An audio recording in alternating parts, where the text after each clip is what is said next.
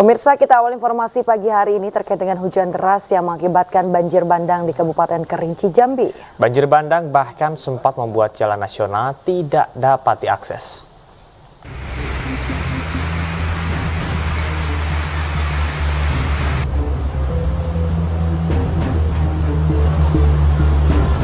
Banjir bandang menerjang puluhan rumah di bantaran sungai yang melintasi Desa Semumu, Kabupaten Kerinci, Jambi.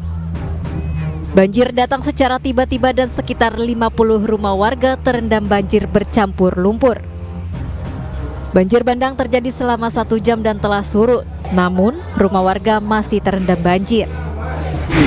Tapi pada hari ini sudah sangat luar biasa karena ada debit air yang datang dari arah bukit, itu dari arah bukit arah Desa Semumu, itu menerjang Desa Semumu secara tiba-tiba. Lebih kurang selama 1 jam terjadi banjir bandang, kemudian setelah itu air berangsur-angsur surut. Tidak ada korban jiwa pada banjir bandang ini, namun 1 unit motor dan barang-barang milik warga rusak. Derasnya arus banjir juga sempat membuat jalan nasional macet. Untuk itu anggota dari Polres Kerinci disiagakan untuk mengatur arus lalu lintas. Warga berharap ada solusi dari pemerintah daerah agar banjir serupa tidak terjadi kembali. Dari Kabupaten Kerinci, Jambi, Kapior Gandhi, iNews melaporkan. Pemirsa, banjir lahar Gunung Semeru kembali menerjang permukiman warga di Desa Klopo Sawit, Lumajang, Jawa Timur. Akibatnya 9 rumah warga rusak tertimbun material banjir.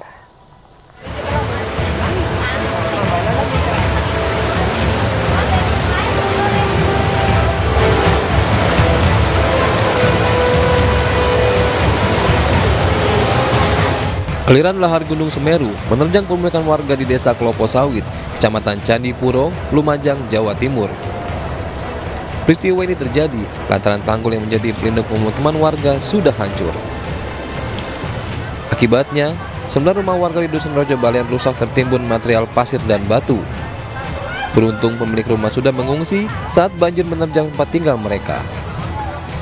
Tidak hanya menerjang pemukiman warga, banjir lahar Gunung Semeru juga mengikis jalan desa dan memutus akses kendaraan. Banjir lahar ini kembali terjadi setelah wilayah puncak Gunung Semeru diguyur hujan deras sejak Selasa malam. Tadi malam itu pas habis hujan deras itu tiba-tiba airnya langsung melunjak ke sini, udah meluap. Langsung meluap, langsung ke sana airnya. Pas hujan deras itu. Hujan deras. Iya, mau maghrib itu. Terus dampaknya apa ini, Pak, ke rumah-rumah warga ini, Pak? Iya, ke rumah ini dari sini sampai ke sana, ke ujung sana. Rumahnya rusak semua, Pak, ya? Iya. Selain menerjang pemukiman warga dan mengikis akses jalan, banjir lahar Gunung Semeru juga menyeret 2 alat berat yang digunakan untuk normalisasi sungai. Dari Lumajang, Jawa Timur, Yayan Nugroho, iNews melaporkan. Turap setinggi 10 meter dengan panjang 20 meter longsor mengakibatkan 3 rumah kontrakan ambruk tergerus longsor. 1 diantaranya habis tak tersisa.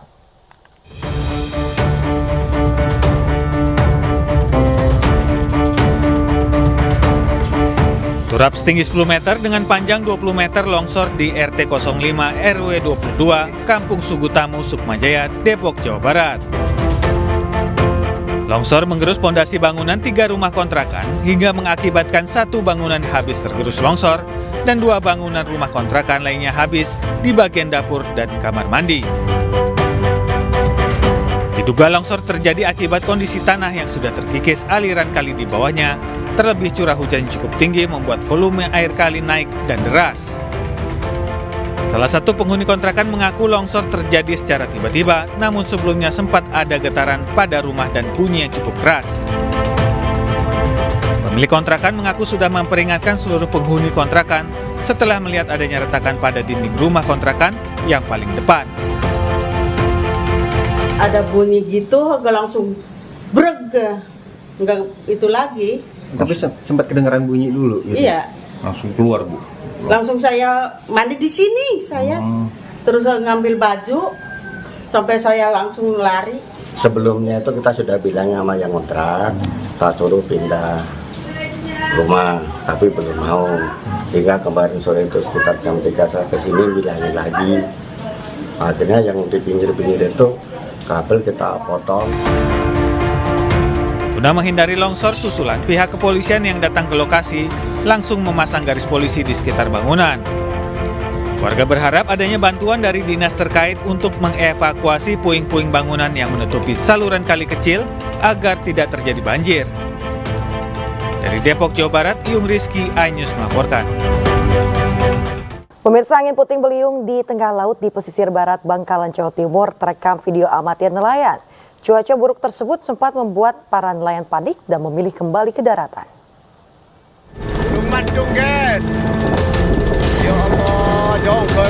Angin puting beliung muncul di Selat Madura, tepatnya di pesisir barat Bangkalan, Jawa Timur. Sejumlah nelayan yang berada di lokasi sempat panik menyaksikan fenomena alam cuaca buruk tersebut. Pasalnya, kondisi cuaca buruk seperti itu biasanya akan diikuti dengan ombak tinggi yang bisa membuat kapal nelayan terbalik. Sebagian nelayan akhirnya memutuskan untuk tidak melanjutkan melaut dan memilih mencari ikan di sekitaran pesisir. Cuacanya mendungnya udah turun, hujannya udah turun, wis ombaknya besar banget seperti itu. Kayak sebelum puasa kalau nggak salah itu udah menelan korban juga gitu. Menelan korban juga itu dari Gresik itu kalau nggak salah itu. Cuaca buruk di Laut Bangkalan sudah berlangsung sebelum bulan puasa lalu, bahkan hingga menelan korban jiwa. Dari Bangkalan, Jawa Timur, Taufik Syahrawi, iNews melaporkan. Pemirsa, video amatir warga merekam detik-detik usai minibus menabrak sebuah rumah warga di Desa Pidoli Limbong, Mandaling Natal, Sumatera Utara. Kuatnya hantaman mobil membuat rumah warga hancur berantakan. Kecelakaan tunggal ini diduga dipicu karena pengemudi mobil mengantuk usai melakukan perjalanan jauh. Pengemudi maupun penumpang minibus tidak mengalami luka, hanya saja seorang penghuni rumah mengalami luka serius karena tertimpa bangunan rumahnya yang hancur akibat dihantam mobil. Polisi kini masih memintai keterangan pengemudi minibus, sementara korban luka telah dibawa ke rumah sakit karena kecelakaan ini kini ditangani unit Laka Lantas Polres Mandailing Natal. Kemudian sampai di sini mengantuk dia. Masuk ke rumah ini langsung nabrak gitu. Ada orang langsung ke rumah, bukan ada apa-apa di situ. Ada korban, Bang? Nggak ada, cuma luka-luka. Luka-luka ya. Supir dan orang rumah. Diduga mengalami kelelahan sehingga hilang konsentrasi dan menabrak rumah. Pengemudi mobil Sigra setelah kami wawancarai bersedia untuk menanggung-jawabi kerugian. Diduga akibat persaingan usaha, satu unit mobil perusahaan jasa titipan di Sungai Panas, Batam dibakar orang tidak dikenal. Mobil yang biasa digunakan sebagai alat angkut barang jasa ini saat ini telah diamankan pihak kepolisian. Kondisi mobil terbakar hingga 90% di bagian depan dan telah diberi garis polisi. Dalam laporan korban, mobil yang terparkir di halaman perusahaan terbakar pada pukul 4 pagi. Saat ini penyidik Polresta Barelang telah meminta keterangan 5 orang saksi dan juga memeriksa sejumlah CCTV di lokasi kejadian. Hasil penyelidikan kami dari unit Tipiter Polresta Barelang sudah berupaya untuk melakukan pengecekan TKP, kemudian memeriksa saksi, membuat skep TKP dan melakukan pengecekan CCTV di sekitar TKP. Akibat remblong, pemirsa, truk kontainer bermuatan koil menghantam truk kontainer bermuatan kosong di Jalan Lodan Raya Ancol, Pademangan, Jakarta Utara. Akibat kecelakaan tersebut, arus lalu lintas dari arah Pluit menuju Ancol dan sebaliknya sempat macet total. Truk kontainer bernomor polisi B9855UBJ dan truk kontainer B9379SL ini bertabrakan di Jalan Lodan Raya Ancol, Pademangan, Jakarta Utara pada Rabu siang. Truk kontainer berwarna hijau ini mengalami kerusakan parah di bagian depan kendaraannya. Sedangkan truk kontainer yang berwarna hitam mengalami kerusakan parah di bagian samping depan kendaraannya. Menurut keterangan sopir truk kontainer berwarna hijau, saat ia mengemudikan kendaraannya dari arah Pluit menuju Ancol, tiba-tiba remnya blong saat melaju di turunan jalan hingga menabrak truk kontainer yang berwarna hitam yang melaju dari arah sebaliknya. Itu remnya ngeblong, Bang? Iya, ngeblong. Sama mobil berat. Oh, emang sebelumnya nggak diperiksa, Bang, sebelum jalan? Ya, mobilnya sehat remnya. Tadi sehat? Tiba-tiba ngeblong? Yang mau ke arah kanan ke sana. Ah. Ya, tiba-tiba itu datang kenceng. Kenceng? Ya. Oh, dia ngebut? Kata ya belum, namanya belum rem kan. Ngebut. Hancur itu, nggak bisa dibawa. Nggak bisa jalan sama sekali? Nggak bisa. Akibat kecelakaan dua truk kontainer ini, arus lalu lintas dari arah Pluit menuju Ancol dan arah sebaliknya sempat macet total. Dari Jakarta, Sofyan Firdaus, iNews melaporkan. Diduga mengalami depresi, seorang pria tanpa busana nekat berenang menyeberang pulau dari kota Bau-Bau menuju ke Pulau Kadatua, Sulawesi Tenggara menggunakan balok kayu. Tim SAR berhasil mengevakuasi korban yang berada di tengah laut.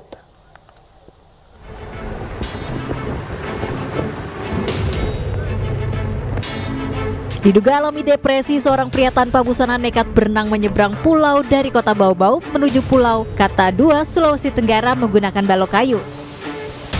Korban warga Raha, Kabupaten Muna itu dievakuasi oleh tim SAR di tengah laut antara kedua pulau. Awalnya korban ditemukan seorang nelayan di tengah laut dengan berpegangan pada sebuah batang pohon. Namun korban menolak dievakuasi nelayan.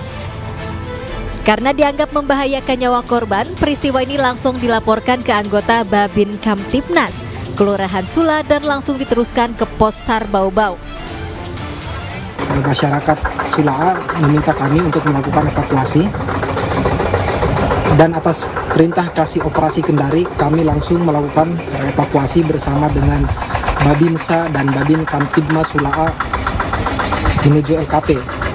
Alhamdulillah korban kooperatif dan mau diberikan bantuan evakuasi. Usai dievakuasi ke darat, korban kemudian dibawa ke dinas sosial setempat untuk ditangani. Dari kota Bau-Bau, Sulawesi Tenggara, Andi Eba, iNews melaporkan. Ya, pemirsa, selamat menunaikan ibadah sholat subuh bagi Anda yang berada di wilayah DKI Jakarta dan sekitarnya. Kita kembali di iNews Pagi. Pemirsa, viral di media sosial, emak-emak nekat mengendarai motor melawan arus di Jalan Kota Malang, Jawa Timur. Tidak hanya itu, emak-emak itu juga membawa serta anak dalam gendongannya dan tidak menggunakan helm.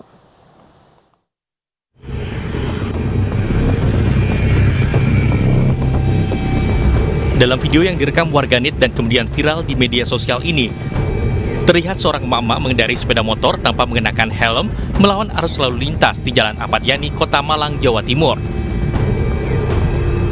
Emak-emak yang mengendarai motor sambil membawa anak dalam gendongan tersebut terlihat santai, meski motor yang dikendarainya mepet dengan kendaraan yang melintas sebaliknya. Aksi ini tentu tidak patut ditiru. Tidak hanya membahayakan diri dan anaknya sendiri, juga pengendara lainnya.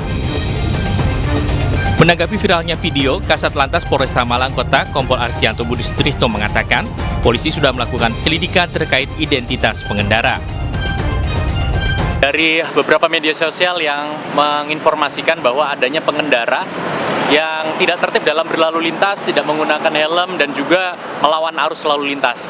Ini sangat disayangkan karena dapat membahayakan pengguna jalan itu sendiri maupun orang lain. Kemarin sudah dilakukan penyelidikan oleh Kasubnit Turjawali dan saat ini masih didalami lebih lanjut untuk dapat diberikan himbauan dan juga teguran kepada yang bersangkutan. Warga diimbau bijak dan patuh dalam berkendara, baik ada maupun tidak ada petugas kepolisian yang mengawasi. Dari Malang, Jawa Timur, Dedi Irwansyah, iNews melaporkan. Pemirsa, mobil Rubicon Wrangler milik Mario Dandi Satrio terpidana kasus penganiayaan berat dilelang. Mobil mewah tersebut dilelang dengan harga terendah Rp809 juta.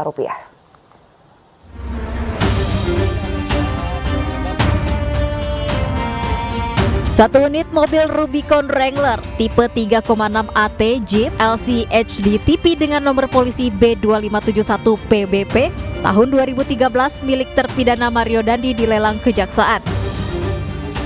Pengumuman disampaikan oleh Kepala Kejaksaan Negeri Jakarta Selatan, Tak hanya itu, lelang mobil tersebut sudah dibuka mulai hari ini dengan harga terendah Rp809 juta. Lelang dibuka untuk umum. Masyarakat yang berminat bisa langsung mendaftar melalui portal.lelang.go.id dengan uang jaminan Rp240 juta. Belum ada info dari KPN belum? Ada yang daftar. Ada yang daftar hari ini ya? Nah, hari ini ada yang daftar. Jumlahnya berapa? Baru 1 atau 2 lah. Mudah-mudahan banyak yang ikut. Teman-teman bisa menyaksikan mobilnya ada di depan itu. Jadi kita pajak, kondisinya masih dalam kondisi cukup baik. Dan mudah-mudahan nantinya seluruh hasil lelang akan diserahkan pada korban David Ozora untuk membayar restitusi atau uang pengganti. Dari Jakarta, Rizky Falufi, iNews melaporkan. Pemirsa, kabar duka datang dari salah satu tokoh sekaligus pendiri perusahaan kecantikan Muryati Sudibyo tutup usia. Almarhumah meninggal dunia pada Rabu dini hari di usia 96 tahun.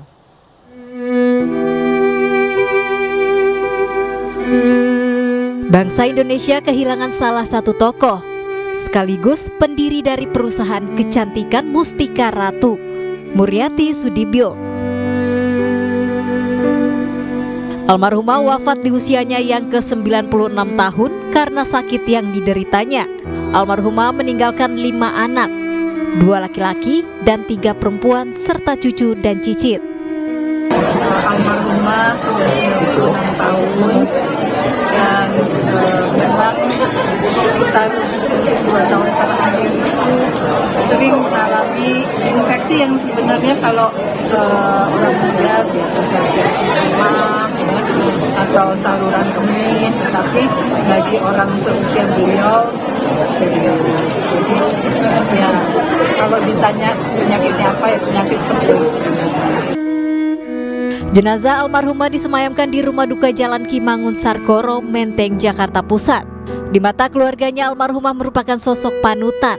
Di usianya yang sudah lanjut, ia tetap memberi motivasi dan bimbingan pada anak, cucu, dan menantunya, termasuk untuk negeri ini.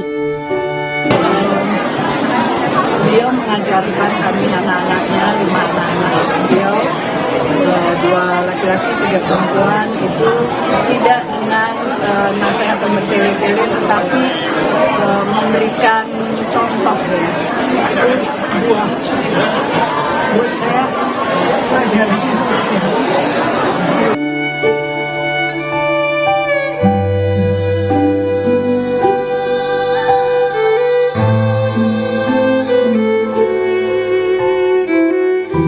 Muryati Sudibyo dimakamkan di pemakaman keluarga Astono Giri Asri di Desa Citapen, Cibeduk, Kecamatan Ciawi, Kabupaten Bogor.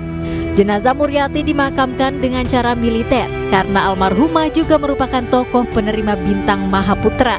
Pemakaman dipimpin Inspektur Upacara Anggota Dewan Pertimbangan Presiden Sidarta Danusubroto.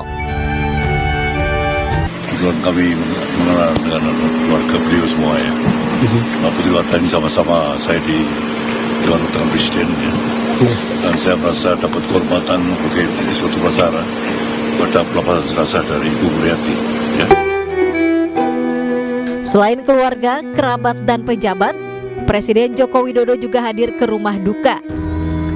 Ucapan bela sungkawa disampaikan Presiden kepada pihak keluarga almarhumah. Selain itu, Presiden Joko Widodo juga menyempatkan diri untuk ikut menyolatkan jenazah almarhumah sebagai pemberian penghormatan terakhir kepada mantan Wakil Ketua MPR periode 2004 hingga 2009 tersebut. Dari Jakarta dan Bogor, tim liputan iNews melaporkan. Pemirsa, pasangan Prabowo Subianto Gibran Rakabuming Raka resmi ditetapkan sebagai Presiden dan Wakil Presiden terpilih periode 2024 hingga 2029. Penetapan ini dilakukan di Gedung KPU Republik Indonesia, Jakarta pada Rabu siang.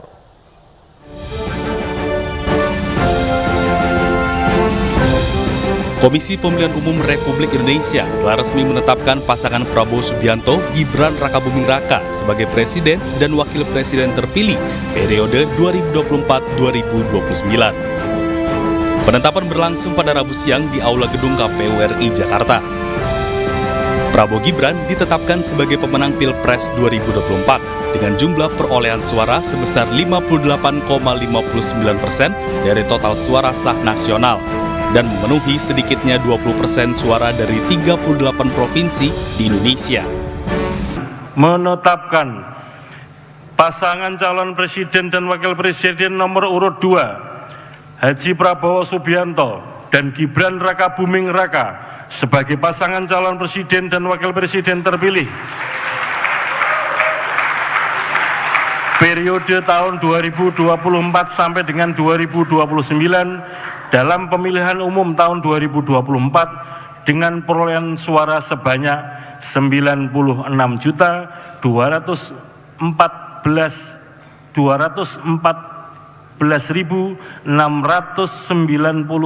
suara atau 58,59%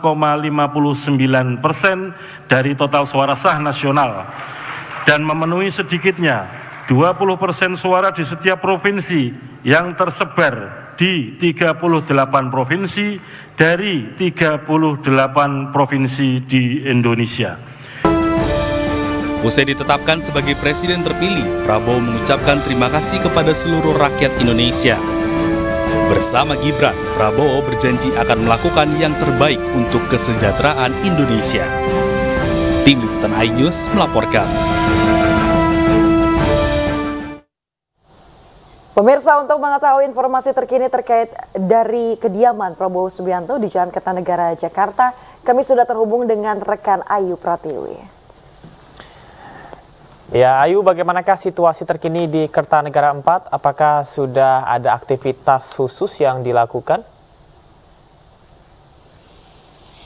Iya, Camar, Yasmin dan juga pemirsa, situasi saat ini di kediaman Prabowo sendiri kami tidak melihat adanya aktivitas. Saat ini masih terpantau sepi, bahkan di depan gerbang pintu masuk ke rumahnya sendiri kami melihat juga tidak ada pengamanan karena memang sejatinya biasanya selalu ada penjagaan di sekitar sini.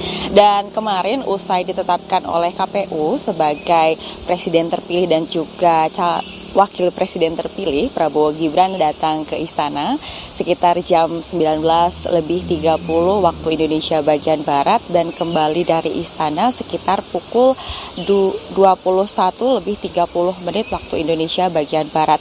Dan memang pertemuan ini sekitar 2,5 jam lamanya, namun belum diketahui secara pasti apakah yang dibahas oleh Gibran dan juga Prabowo dengan Jokowi di istana. Namun melalui wakil presiden yaitu Gibran menyampaikan bahwa tidak ada pembahasan khusus dalam pertemuan itu, hanya untuk bertemu saja dan juga untuk makan malam. Dan pemirsa, usai ditetapkan sebagai presiden terpilih untuk periode 2024 hingga 2029, Prabowo menyampaikan pidato pertamanya dan berikut cuplikan selengkapnya. Saudara-saudara sekalian, saya kira itu yang ingin saya sampaikan. Kami merasa mendapat kehormatan besar, kepercayaan besar. Kami hanya mohon doa, kami mohon restu dari seluruh rakyat Indonesia. Tentunya kami selalu mohon kekuatan dari Yang Maha Kuasa agar kepercayaan yang diberikan di pundak kami mampu kami pikul, mampu kami laksanakan, dan kami mampu memberi yang terbaik untuk rakyat kita. Tentunya sekali lagi saya mohon bantuan kerjasama dari kita semua. Dunia sudah berubah. Paradigma sekarang ini sudah berubah dengan cepat. Kalau Indonesia ingin survive, kalau Indonesia ingin menjadi negara makmur, negara sejahtera, tidak ada lain seluruh unsur pimpinan, seluruh elit Indonesia harus bekerja sama. Marilah kita berani meninggalkan perbedaan-perbedaan kita. Mari kita berani mengatasi perasaan-perasaan kita.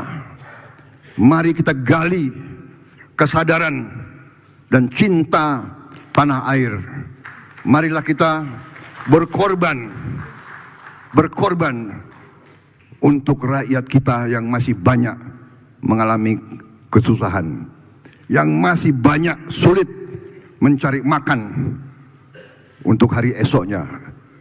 Saudara-saudara sekalian, hanya dengan kita bersatu, bekerja sama, kita akan mencapai cita-cita yang diharapkan oleh bangsa kita. Demikian yang saya sampaikan, dan sekali lagi dalam kampanye yang panjang, yang penuh dengan kontestasi yang tajam, sekali lagi saya dan saudara Gibran mohon maaf kalau ada kata-kata kami, perbuatan kami yang kurang pantas, kurang berkenan di hati semua pihak. Yang penting sekarang, mari kita bekerja untuk rakyat kita.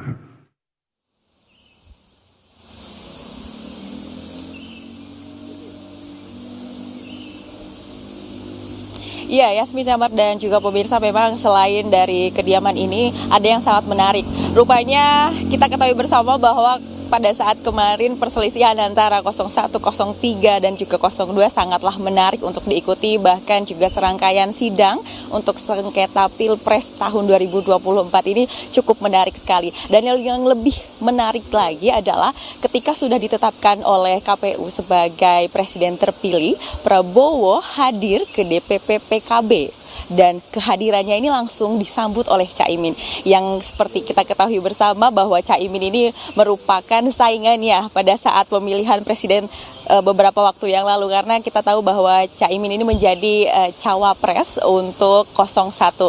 Dan melalui pidatonya bersama dengan Prabowo ini yang mengejutkan sekali, bahwa Caimin menyatakan ingin melakukan kerjasama. Jadi partai PKB ingin melakukan kerjasama dengan Gerindra secara terang-terangan, dan hal ini juga disambut dengan baik sekali oleh Prabowo, dan Prabowo juga sepakat bahwa nantinya dengan banyak sekali kolaborasi ataupun kerjasama akan membangun Indonesia yang lebih baik. Selain itu juga diprediksi juga akan banyak sekali partai-partai yang saat ini sudah membuka jalan ataupun mencoba untuk berkomunikasi dengan Prabowo. Antara lain yang menarik adalah kehadiran dari Wakil Ketua Umum Nasdem yang hadir langsung memberikan semangat ataupun selamat kepada Prabowo. Namun memang disampaikan oleh Wakil Ketua Umum Nasdem bahwa dirinya datang tidak mewakili partai tetapi atas keinginan pribadi. Tapi siapa sangka pemirsa, mungkinkah ini merupakan kabar baik, nantinya akankah Nasdem juga ikut bergabung dengan Partai Gerindra? Sementara demikian, kembali ke studio.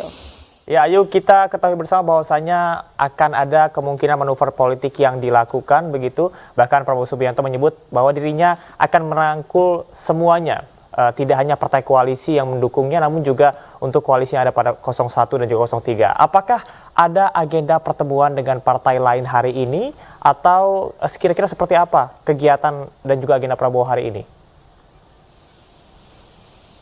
Baik, Camar dan juga pemirsa, terkait dengan agenda Prabowo pada hari ini kami belum mengetahui secara pasti, dan untuk pertemuan dengan secara pastinya partai apa untuk hari ini kami juga belum mengetahui secara pasti. Namun yang sudah jelas dan sudah terlihat adalah pertemuannya dengan PKB melalui Caimin, bahwa rupanya saat ini Caimin dan juga Prabowo sudah membangun komunikasi dan nantinya akan bekerja sama. Namun kita nantikan saja, Camar dan juga pemirsa, nantinya apakah akan ada kabar baik yang akan mengarah ke dalam politik dan juga kemajuan dari Indonesia sendiri. Demikian. Ya, baik, terima kasih atas informasinya. Ayu Pratiwi melaporkan langsung dari Jalan Kertanegara, Jakarta Selatan. Selamat bertugas kembali dan jaga kesehatan. Pemirsa, usai resmi diumumkan oleh KPU sebagai Presiden terpilih 2024 hingga 2029, Prabowo Subianto menyampaikan pidato pertamanya. Prabowo juga berjanji akan bekerja untuk seluruh rakyat Indonesia, baik yang memilih maupun yang tidak memilihnya. Dan berikut pernyataan Prabowo selengkapnya.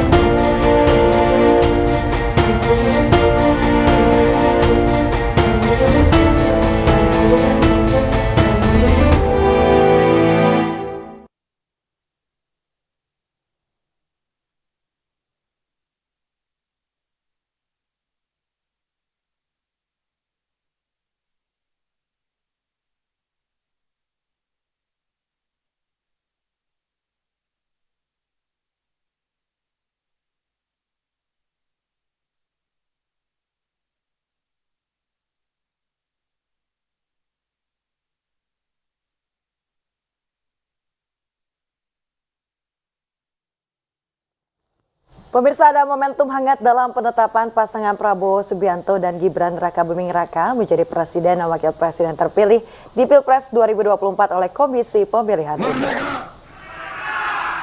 Terima kasih. Usai Prabowo Gibran menerima dokumen salinan berita acara dan ketetapan KPU dari Ketua Hashim Asyari, keduanya menuju tempat duduk yang bersebelahan dengan pasangan Anies Baswedan Muhaimin Iskandar. Kedua pasangan tersebut saling berjabat tangan. Saat berhadapan dengan Anies, Prabowo menggenggam erat lawan politiknya dalam Pilpres 2024 dan sikap Prabowo disambut tawa oleh Anies.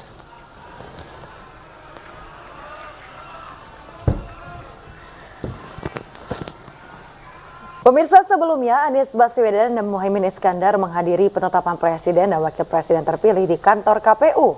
Mereka hadir sebagai undangan dan memberikan selamat kepada Prabowo Gibran.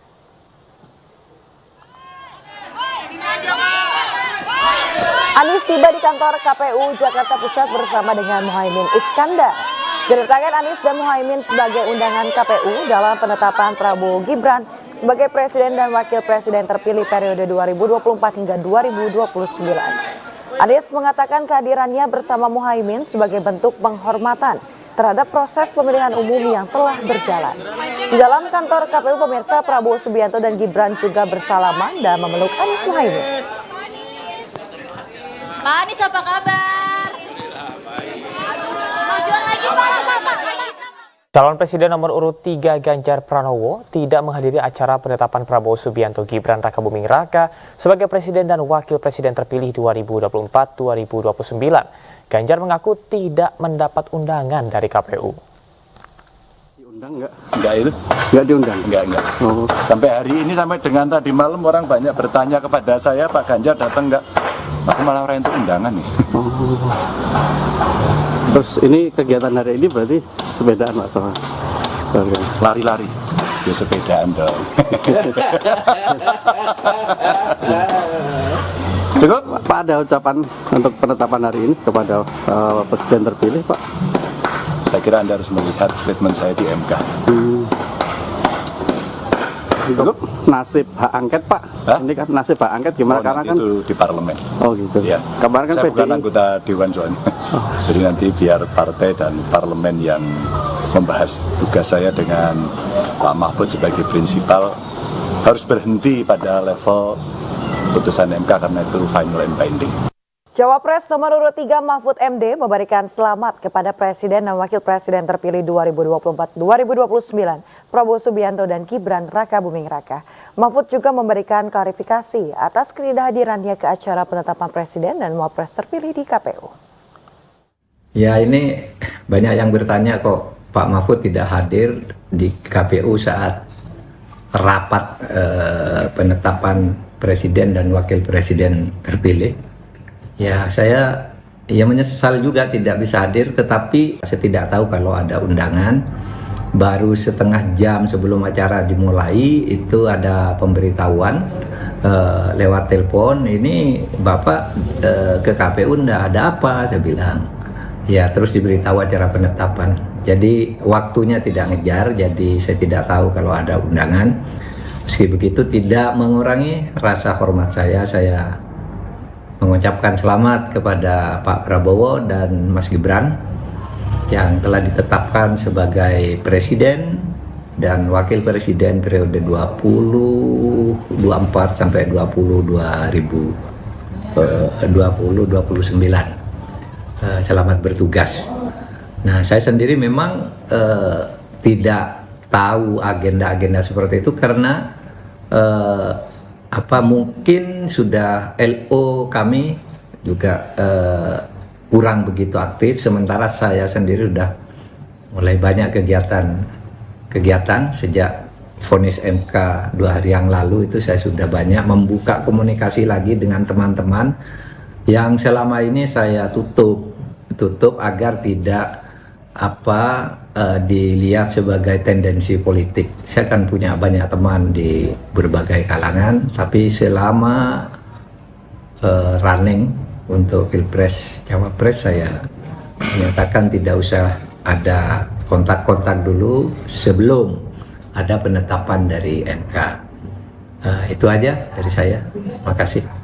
Wakil Presiden terpilih Gibran Rakabuming Raka mengunjungi kawasan Rumah Susun Muara Baru Penjaringan Jakarta Utara. Kunjungan tersebut dilakukan sesaat setelah Komisi Pemilihan Umum menetapkan dirinya dan Prabowo Subianto sebagai Presiden dan Wakil Presiden terpilih 2024-2029. Wakil Presiden terpilih Gibran Rakabuming Raka mengunjungi kawasan Rumah Susun Muara Baru Penjaringan Jakarta Utara. Kunjungan itu dilakukan setelah Komisi Pemilihan Umum menetapkan dirinya dan Prabowo sebagai Presiden dan Wakil Presiden terpilih 2024 hingga 2029. Gibran sampai di Rusun Muara Baru pukul 13.35 waktu Indonesia Barat. Kedatangan Gibran langsung disambut oleh anak-anak penghuni rusun. Muara Baru dipilih menjadi lokasi pertama untuk dikunjungi karena Gibran ingin mendengarkan masalah warga di permukiman padat penduduk. Mas, selamat mas. Selamat mas. Kenapa Anda mas? Satu-satu nggak kedengeran. Satu-satu. Gimana ini mas semangatnya kan mengingat banyak sambutan baik dari warga Jakarta Utara ya? Ya, sekali lagi terima kasih untuk warga Muara Baru terutama ya. Kita setelah selesai acara dari KPU langsung ke sini untuk meninjau keadaan rusun yang ada di sini. Kami memang mendengar sebelum ke sini banyak sekali keluhan-keluhan ya terkait pemukiman yang ada di sini ya. Kita pengen melihat kondisinya secara langsung sekalian bagi susu untuk anak-anak juga. Ada yang menarik saat Gibran berkunjung ke Rusun Muara Baru. Gibran dipeluk oleh warga Muara Baru. Kejadian ini pun membuat ajudan dan pihak keamanan sampai menarik dan memiting warga tersebut. Dalam kesempatan ini, Gibran juga memberikan susu gratis kepada warga dan berbincang bersama anak-anak Rusun Muara Baru. Tim Liputan iNews melaporkan. Pemirsa, Presiden dan Wakil Presiden terpilih Prabowo Subianto menyambangi Istana Kepresidenan Jakarta untuk bertemu dengan Presiden Joko Widodo. Kedatangan Prabowo dan Gibran usai ditetapkan sebagai Presiden dan Wakil Presiden terpilih periode 2024-2029 ini, yang mana Prabowo dan Gibran datang sekitar pukul 19.30 waktu Indonesia Barat, masuk melalui pintu istana yang berada di Jalan Merdeka Utara. Namun pertemuan Prabowo Gibran dengan Presiden dilakukan secara tertutup. Hingga malam pada pukul 21 waktu Indonesia Barat, Prabowo Gibran akhirnya meninggalkan istana tanpa menemui awak media. Sebelum datang ke istana, pemirsa, Prabowo diketahui bertemu dengan Muhaimin Iskandar di kantor DPP PKB Jakarta. Sedangkan Gibran telah melakukan belusukan di Muara Baru Jakarta Utara dan menemui Ma'ruf Amin di rumah dinas Wapres.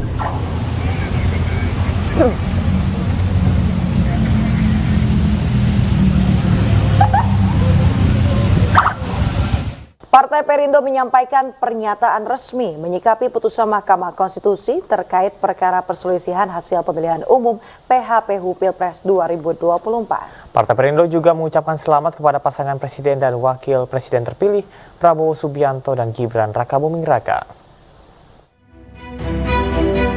Wakil Ketua Umum DPP Partai Perindo Angela Tanusudibio yang mewakili Ketua Umum DPP Partai Perindo Haritanu Sudibyo menyampaikan pernyataan resmi setelah KPU menetapkan pasangan Presiden dan Wakil Presiden terpilih pada pemilu 2024. Ada 4 hal penting yang disampaikan, yaitu pertama, menghormati keputusan Mahkamah Konstitusi. Kedua, kebanggaan berjuang bersama Ganjar Mahfud.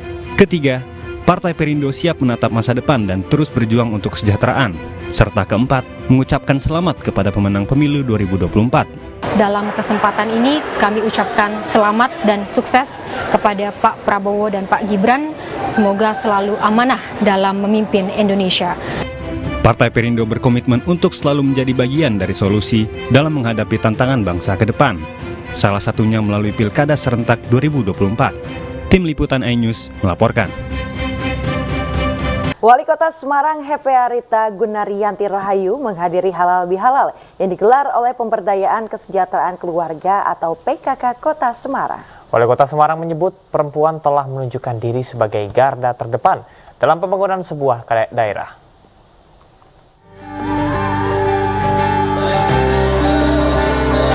Wali Kota Semarang Hefearita Gunaryanti Rahayu atau yang akrab disapa Mbak Ita menghadiri Halal Bihalal Pemberdayaan Kesejahteraan Keluarga atau PKK Kota Semarang di Balairung Universitas PGRI Semarang, Jawa Tengah. Mbak Ita menyebut perempuan telah menunjukkan diri sebagai garda terdepan dalam pembangunan sebuah daerah. Mulai soal pendidikan, kesehatan, kemandirian ekonomi, hingga politik. Bahkan indeks kesetaraan gender Indonesia menempati urutan 87 dari seluruh negara. Dari indeks tersebut, 2 poin telah berjalan baik, yaitu pendidikan dan kesehatan. Ya tentunya ini kan yang mendampingi di dalam pendampingan kesehatan gitu ya, untuk anak-anak stunting, ada kader-kader KB gitu ya. Tapi ini yang memang masih diperlukan tadi bahwa yang masih banyak yang perlu masih banyak bolong-bolongnya adalah di kemandirian ekonomi. Di kemandirian adalah terkait dengan usaha dan sebagainya. Tapi kalau untuk yang lainnya, alhamdulillah banyak perempuan-perempuan yang sudah bisa berpartisipasi untuk pembangunan di Kota Semarang. Halal bihalal yang untuk memberikan persaudaraan yang lebih bagi ibu-ibu semuanya, kan gitu. Tema hari ini adalah semangat kebersamaan, mewujudkan semangat kebersamaan dan mempererat silaturahmi untuk Semarang semakin hebat. Jadi intinya kan itu, biar semuanya lebih berkoordinasi, lebih bagus, baik semuanya. Tak hanya tim penggerak PKK, Halal Bihalal juga dihadiri ribuan anggota Dewan Kerajinan Nasional Daerah Dekranasda Kota Semarang, Dharma Wanita, Forum Pospaut, Gabungan Organisasi Wanita, dan Forum Posyandu. Dari Semarang, Jawa Tengah, Doni Marendra, iNews melaporkan.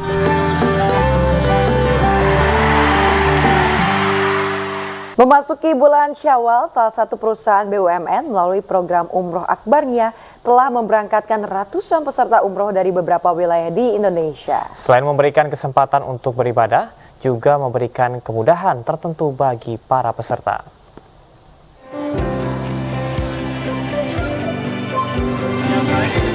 PT Pegadaian memberangkatkan 344 jemaah umroh dalam program Umroh Akbar dari 4 titik di Indonesia, yakni Surabaya, Medan, Makassar, dan Jakarta. Kegiatan yang digelar di bulan Syawal 1445 Hijriah ini diikuti oleh karyawan Pegadaian, keluarga, serta nasabah Pegadaian. Alhamdulillah yang tahun ini kita ada 4 titik keberangkatan, jumlah sekitar 340-an orang gitu ya. 60% itu internal dan keluarga Pegadaian, yang 40% itu adalah nasabah Pegadaian. Ada di titik Makassar, ada di titik Surabaya, ada di titik Medan, dan ada di titik Jakarta. Nah, pemberangkatan ini sudah 3 hari berarti, 22, 23, dan 24. Hari ini adalah kloter terakhir. Jadi dari 8 kloter keseluruhan 344 jamaah. Program umroh di bulan Syawal PT Pegadaian ini mendapatkan apresiasi dari jemaah umroh. Pegadaian ini melalui produknya Alum Safar, yaitu kita bisa umroh atau haji dengan Pegadaian. Jadi kita sangat percaya gitu ya, apalagi travel yang ditunjuk oleh Pegadaian juga memberikan servis yang excellent tentunya. Nah, tentunya kepercayaan kita kepada instansi yang dalam tanda kutip BUMN gitu ya, tentu ini juga menambah kepercayaan kita akan positifnya kita berangkat untuk umroh. Produk Pegadaian Syariah Pembiayaan Wisata Religi ini bekerja sama dengan PT Go Halal Go Syariah Indonesia dan mitra travel agent terpercaya dengan skema Gadai Syariah. Dengan skema ini, nasabah bisa beribadah sambil berwisata dengan aman dan nyaman. Tim Liputan iNews melaporkan. Pemirsa, perbaikan pelayanan umroh dan haji oleh pemerintah Saudi disambut baik oleh Kemenak Republik Indonesia. Ya, namun perlu diupayakan agar kegiatan ini bisa berdampak besar terhadap perekonomian Indonesia.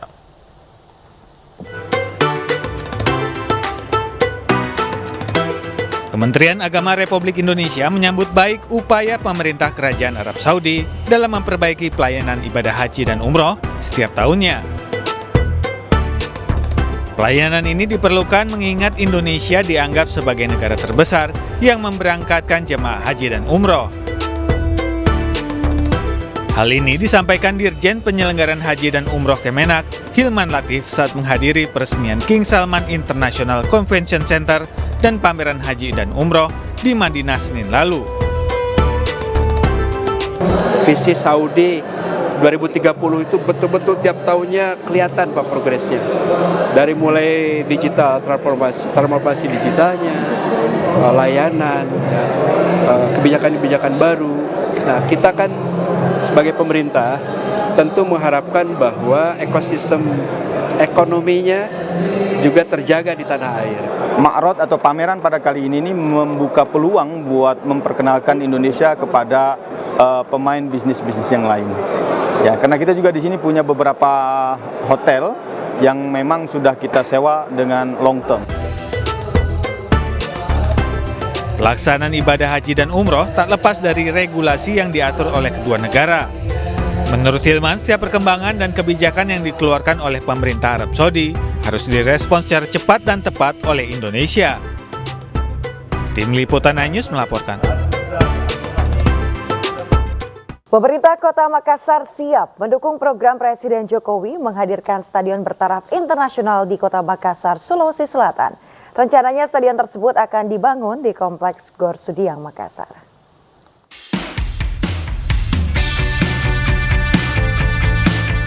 Stadion bertaraf internasional sebentar lagi akan hadir di Kota Makassar, Sulawesi Selatan. Rencananya stadion itu akan dibangun di kawasan Gedung Olahraga Sudiang, Makassar. Rencana pembangunan stadion digagas pertama kali oleh Presiden Joko Widodo yang ingin menghadirkan stadion di Kota Makassar. Proyek ini rencananya dibangun dengan menggunakan dana APBN. Wali Kota Makassar Muhammad Ramdan Pomanto menegaskan kesiapannya mendukung program Jokowi menghadirkan stadion di Kota Makassar. Pemerintah Kota Makassar siap mengucurkan anggaran hingga 300 miliar rupiah untuk mendukung akses jalan, baik di dalam stadion maupun akses menuju stadion. Pertama adalah kita mempersiapkan 200 miliar untuk infrastruktur jalanan baik di luar maupun di dalam kompleks stadion. Dan kelihatan itu tidak cukup dan kita mempersiapkan 100 miliar untuk pokok untuk menyempurnakan itu. Yang kedua, kami mengusulkan agar kapasitasnya ditingkatkan bukannya 30.000 yang sesuai dengan persetujuan pemerintah pusat, bagaimana kalau 50.000? Karena stadion ini sifatnya regional, bukan hanya di Makassar tapi satu Sulawesi tidak punya stadion yang bisa dibanggakan. Pertama amdal lalin, kemudian desain jalannya, khusus untuk desain kalau master plan sudah dipresentasikan bahwa posisi stadion itu tidak mengganggu penerbangan atau KKOP, kawasan keselamatan operasi penerbangan, dan desain stadion itu dari pemerintah pusat. Selain meningkatkan kapasitas jumlah penonton, pemerintah Kota Makassar juga akan menyesuaikan lebar jalanan dengan kapasitas maksimal stadion, termasuk memperhitungkan penguraian lalu lintas dan jalan keluar kendaraan dapat lebih efektif.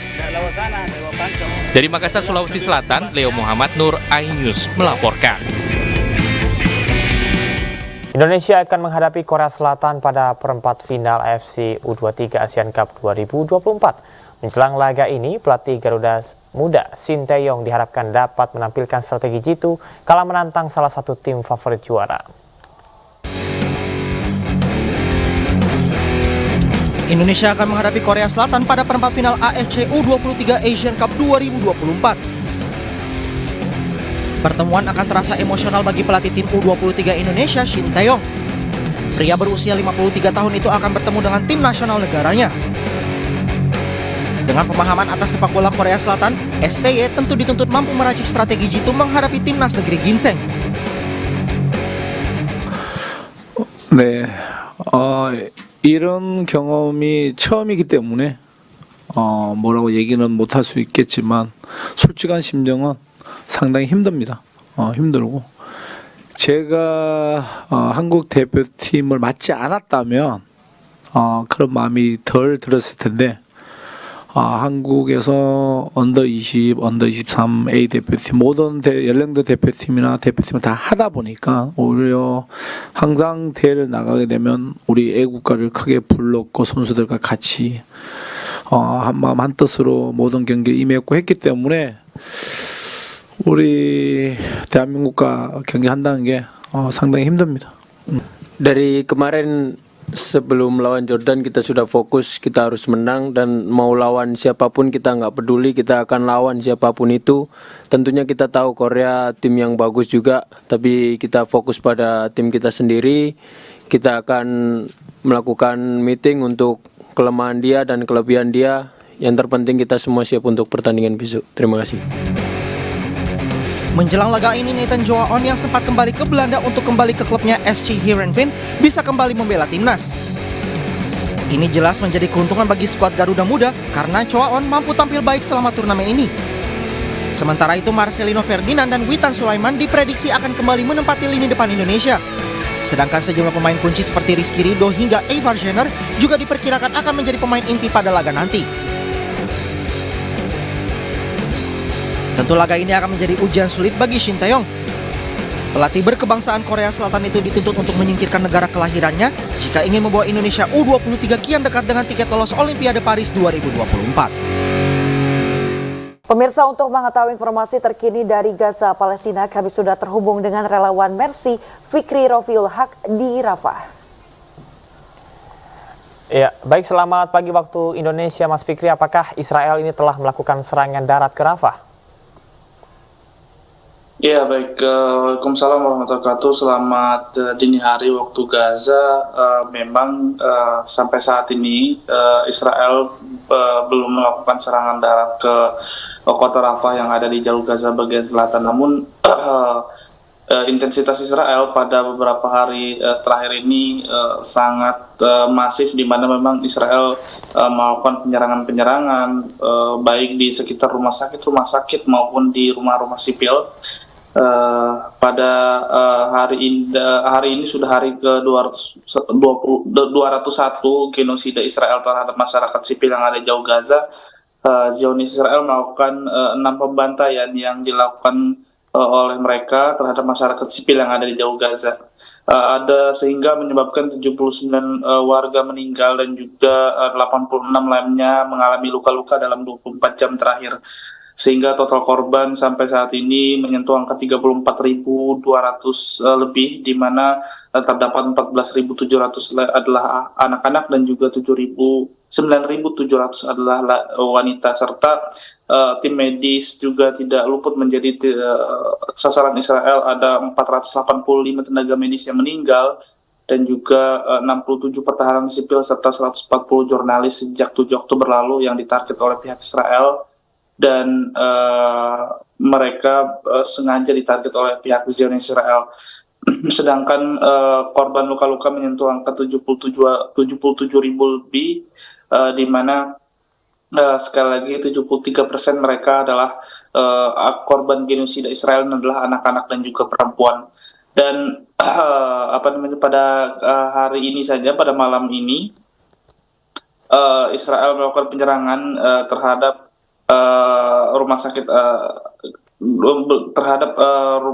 Abi Yusuf An-Najjar dan juga beberapa rumah-rumah yang ada di kota Rafah, sehingga ada beberapa korban yang ada 4 syahid yang dilarikan ke rumah sakit tersebut dan juga 10 lainnya mengalami luka-luka. Dan pada Rabu malam pertahanan sipil menemukan 51 jenazah, dan juga pada Kamis malam mereka juga menemukan, sampai Kamis malam maksud kami, ada 35 jenazah yang mereka temukan, sehingga total terdapat 310 jenazah yang ditemukan oleh pertahanan sipil ataupun tim evakuasi yang ditemukan baik di kota Khan Yunis maupun di Gaza City di sekitar rumah sakit Ashifa. Sehingga memang akibat penyerangan Israel atau serangan darat yang dilakukan oleh pihak Israel terhadap kota Khan Yunis maupun penyerbuan terhadap rumah sakit terutama rumah sakit Ashifa yang ada di Gaza City menyebabkan